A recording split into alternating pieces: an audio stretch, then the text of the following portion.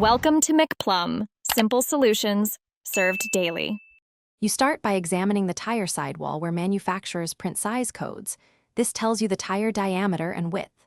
Once found, note the common formats: traditional 26x2, 700x32C, and ISO/Reto 54-559, 32-622. Make sure to clean any grime and rotate the wheel so you see the full stamp.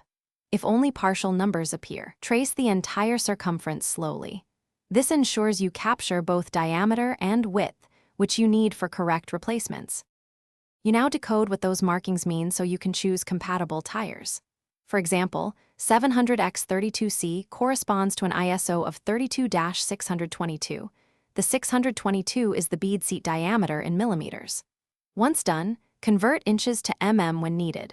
1 inch equals 4 mm. Make sure to compare tire width to your rim's internal width. This affects tire seating and ride quality. If in doubt, write down both the printed format and the ISO number to avoid mismatches later.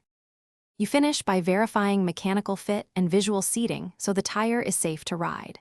First, measure rim internal width with calipers and consult the tire maker's compatibility chart.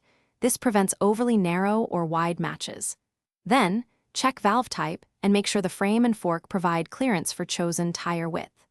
Once mounted and inflated to recommended pressure, inspect the tire for even seating and no bulges.